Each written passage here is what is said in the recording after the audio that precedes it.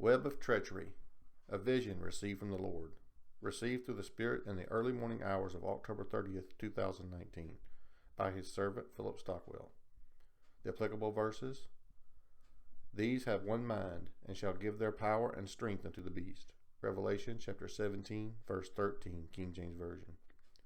And he had power to give life unto the image of the beast, that the image of the beast should both speak, and cause that as many as would not worship the image of the beast should be killed.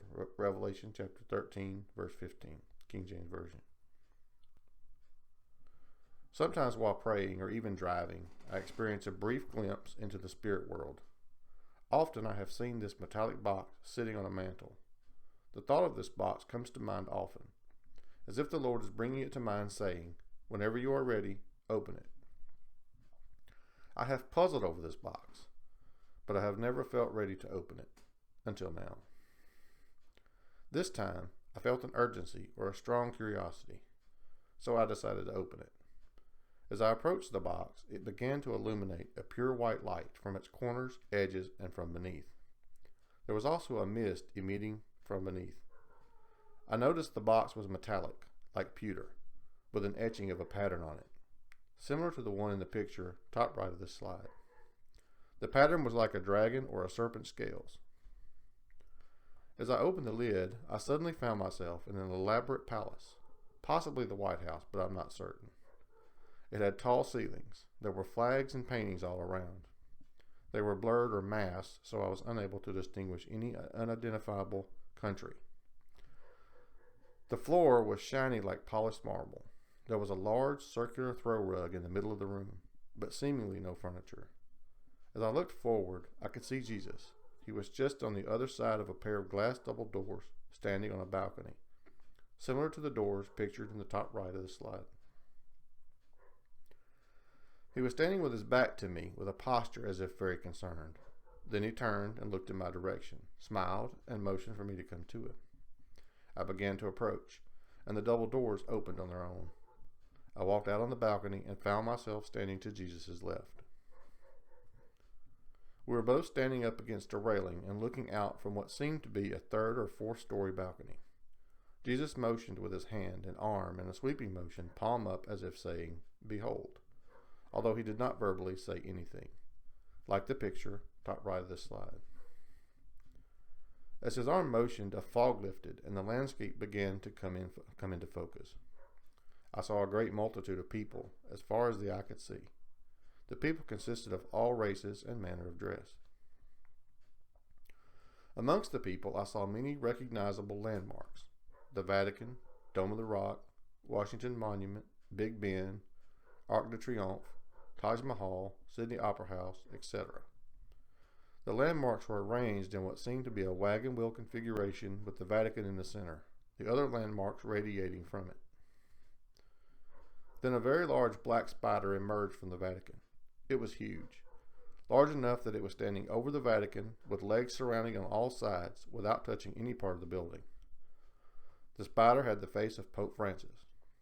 Behind the spider, I could also see that statue as described in the book of Daniel, the one with the head of gold, chest of bronze, legs of iron, and the iron and miry clay feet, portrayed by the image top right of the following slides. It is written, "Thou, O King, sawest, and behold a great image. This great image, whose brightness was excellent, stood before thee, and the form thereof was terrible. This image's head was of fine gold, his breast and his arms of silver, his belly and his thighs of brass, his legs of iron, his feet part of iron and part clay." Daniel chapter 2, verse 31 through 33, King James Version. The statue began to crumble and disintegrate until only the iron and clay feet remained. It is written, "Then was the iron, the clay, the brass, the silver, and the gold broken to pieces together, and became like the chaff of the summer threshing floor. And the wind carried them away, that no place was found for them. And the stone that smote the image became a great mountain, and filled the whole earth." Daniel chapter 2, verse 35, King James Version. The spider had 10 additional but smaller heads coming out from its neck. They were arranged in an arc, hanging right below the main head as if beads on a necklace. 3 of the heads were wearing crowns. One was wearing a yarmulke. The remaining 6 were wearing turbans. It is written, And the 10 horns which thou sawest are 10 kings, which have received no kingdom as yet, but receive power as kings 1 hour with the beast. These have one mind, and shall give their power and strength unto the beast. Revelation chapter 17, verses 12 and 13, King James Version.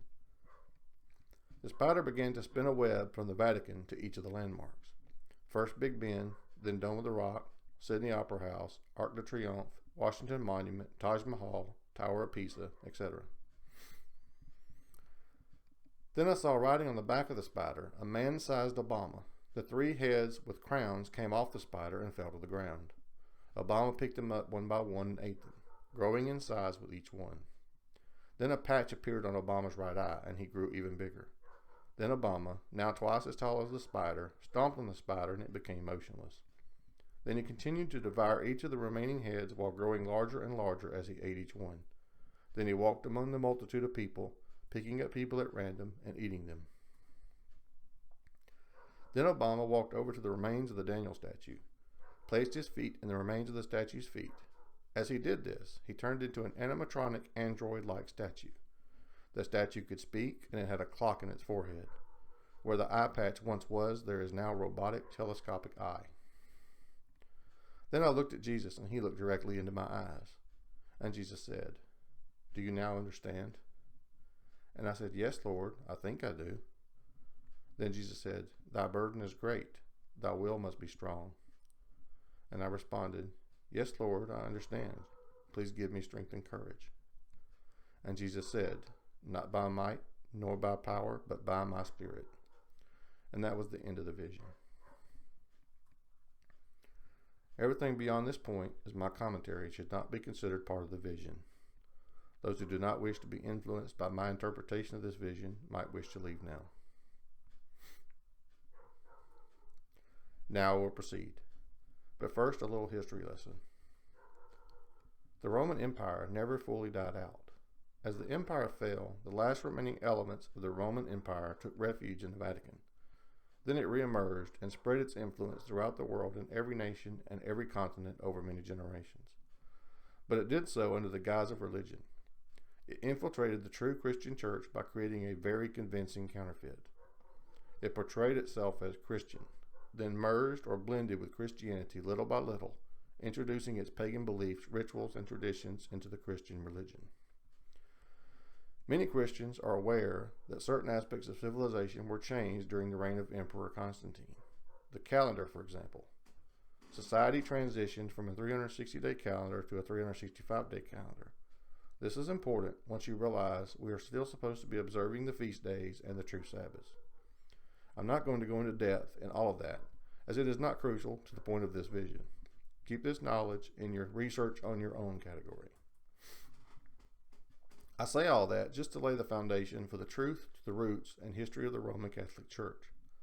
The first church, the true church, established the basic root core beliefs of the foundation of the Catholic Church.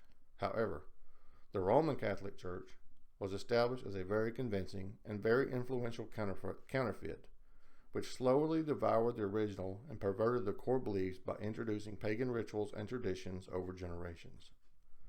It began to pervert the true doctrines of the sole purpose of enslaving people through religious manipulation, distort the truth of the gospel of salvation through Jesus Christ, and to fleece the people for financial gain, power, and influence. The Vatican is going to soon be exposed for all the crimes against children and humanity, which they have kept hidden from public discovery. Yet, even as the truth comes out, many people will still refuse to see and hear the truth. Many will cling to their beliefs, rejecting the truth and remain captive in the deception. It is through the wealth, power, and influence of the Roman Catholic Church that the one world government and one world religion be founded. The web of their influence is rooted deeply in every country and every continent. Have you ever heard about Stockholm Syndrome? The concept is that when a person or people have been enslaved or held captive for so long that they become so dependent upon their captives that they would rather remain in the comfort of captivity than to escape to freedom. Sound familiar? Socialism. The principles of socialism. Take from the people, control the money, control the food, control their beliefs, Make people dependent on you. Then give them just enough to keep them alive, but not enough to gain confidence to rebel.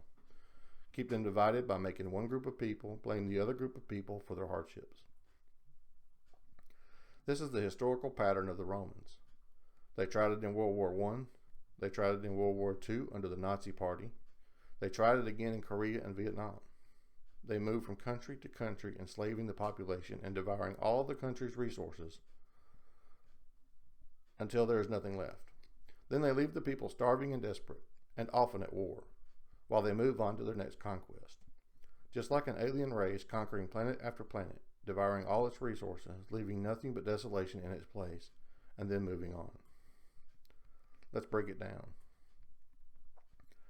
They keep the population divided against each other by manipulating their circumstances. Make the poor poorer and teach them to blame the rich. Make one gender hate the other gender by telling them how oppressed they are. Keep one race down by teaching them to blame the other race.